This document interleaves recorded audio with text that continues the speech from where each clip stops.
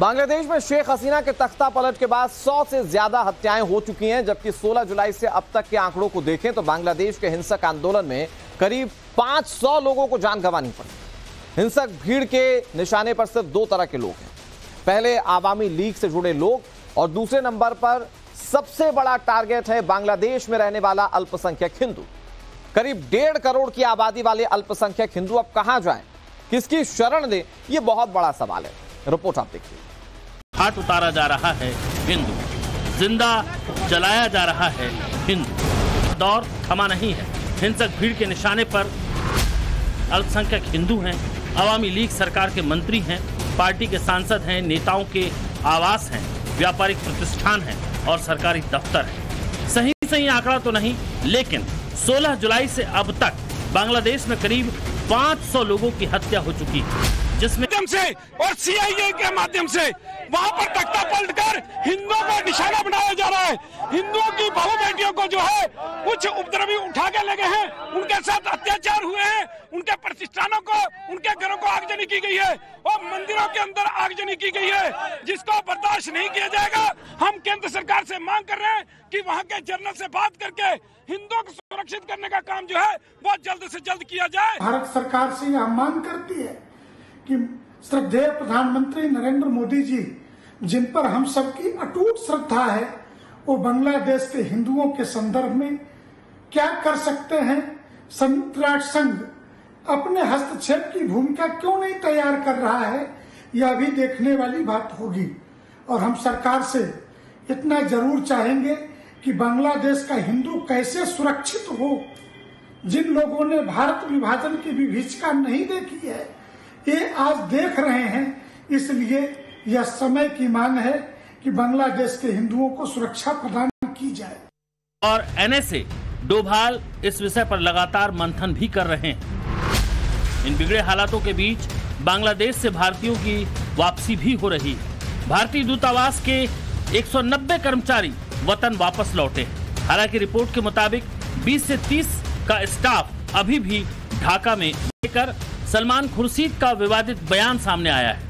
पूर्व केंद्रीय मंत्री और कांग्रेस के वरिष्ठ नेता सलमान खुर्शीद शिक्षाविद मुजीबुर रहमान की किताब Shikwa-e Hind the political future of Indian Muslims की लॉन्चिंग के मौके पर बोल रहे थे। इस पब्लिक मंच से सलमान खुर्शीद ने बांग्लादेश के हालात के साथ भारत की जो व्याख्या की, वो हर किसी को हैरान कर गई। खुर्शीद ने कहा कि बांग्लादेश में जो हो रहा है वो भारत में भी संभव है। कश्मीर के हालातों पर बोलते हुए खुर्शीद ने कहा कि यहाँ चीजों को रोका जा रहा है। सुनिए खुर्शीद का ये विवादित बयान।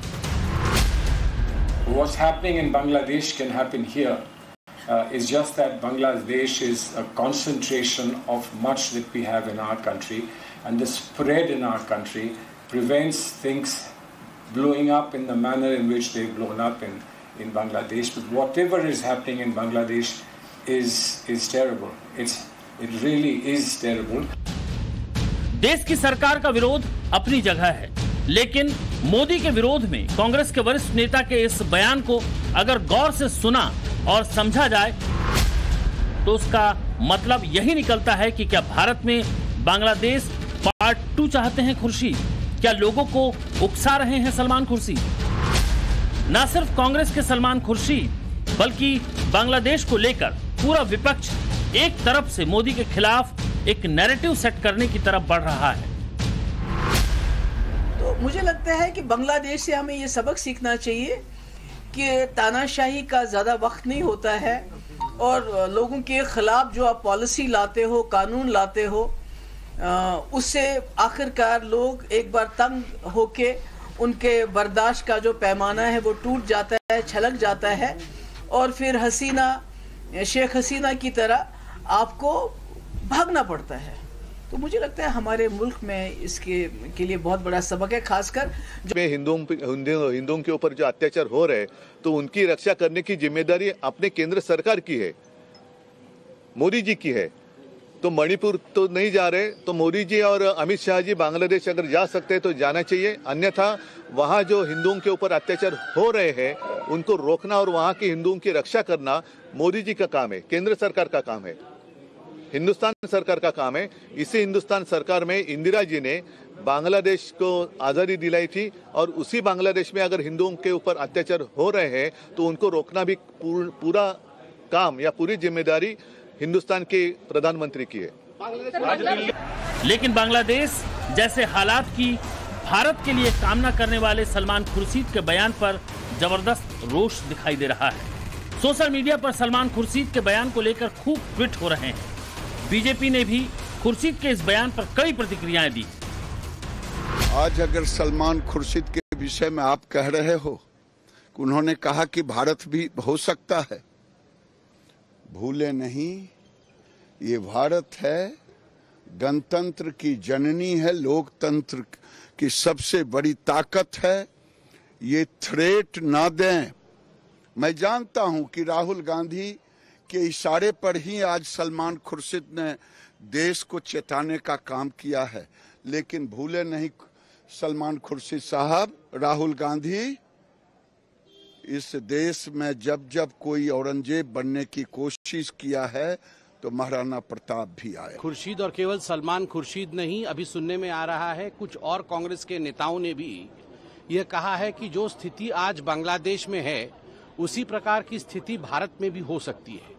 उन्होंने एक किताब लॉन्च के परिस्थिति में ये कहा है, किताब लॉन्च के इवेंट में कहा है। जो किताब का लॉन्च था उसका शीर्ष था the future of Muslims in India, Shikwa-e Hind, Mujibur Rahman द्वारा लिखा हुआ ये किताब था। उसमें भारत में एक तरह से प्रोटेस्ट होंगे, भारत में आगजनी होगी, जो बांग्लादेश में हुआ है वो भारत में होगी, इसकी चेतावनी कांग्रेस पार्टी की तरफ से सलमान खुर्शीद जी ने दिया है।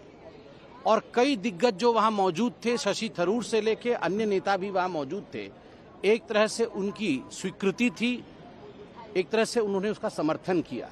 आप चिंता करके देखिए, सोच करके देखिए किस प्रकार की सोच कांग्रेस पार्टी की है। आज मुझे याद आता है जब पार्लियामेंट में खड़े होकर राहुल गांधी कहते थे कि इस देश में आग लगेगा, इस देश में दंगे होंगे, इस देश में प्रधानमंत्री जी के ऊपर हमला होगा, तो वो क्यों कहते थे? और जब विदेश यात्रा में राहुल गांधी जाते थे और कई लोगों से चोरी चुपके विदेश में जाकर मिलते थे और भारत के खिलाफ वहां कह के आते थे, तो आज मालूम पड़ रहा है आखिरकार मंशा क्या थी। दुनिया की तस्वीर वर्तमान में देख रहे होंगे, कुछ तो हमें इन चीजों को देखना पड़ेगा, क्या है इन सब का कारण। आज भारत के तमाम पड़ोसी चल रहे हैं, मंदिर तोड़े जा रहे हैं, चुन चुन करके हिंदुओं को निशाना बनाया जा रहा है, और तब भी हम इतिहास की उन परतों को ढूंढने का प्रयास नहीं कर रहे हैं कि इस प्रकार की दुर्भाग्यपूर्ण स्थिति क्यों वहां पर पैदा हुई है।